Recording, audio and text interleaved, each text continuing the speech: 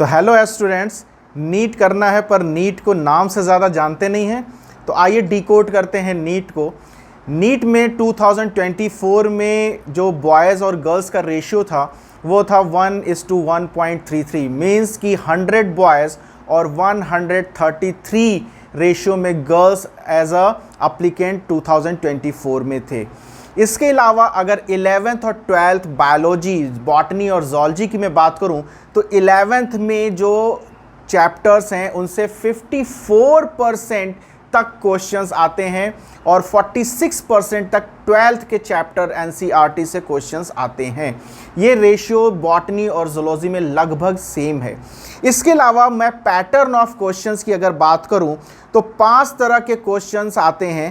पहला होता है सिंगल चॉइस क्वेश्चन। अगर मैं 2023 और 24 का कंपैरिजन करता हूं बॉटनी में, तो सिंगल चॉइस क्वेश्चन जहां 23 में 33 आए थे और 24 में 24 क्वेश्चंस आए थे।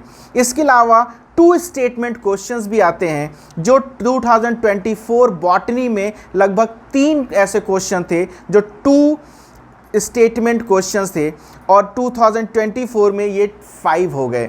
इसके अलावा assertion and reason based questions हैं जो बॉटनी 2023 में लगभग 5 क्वेश्चंस ऐसे आए थे और 2024 में एक भी नहीं आया था।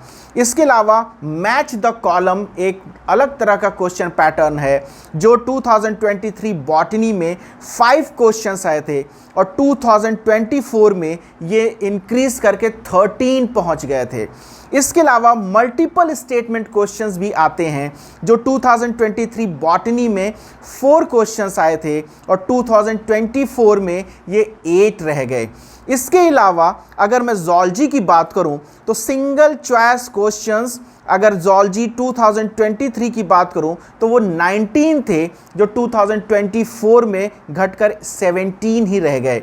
इसके अलावा 2 स्टेटमेंट क्वेश्चंस की अगर मैं बात करूं तो वो 2023 में 8 थे और वो घटकर 2024 में 5 रह गए।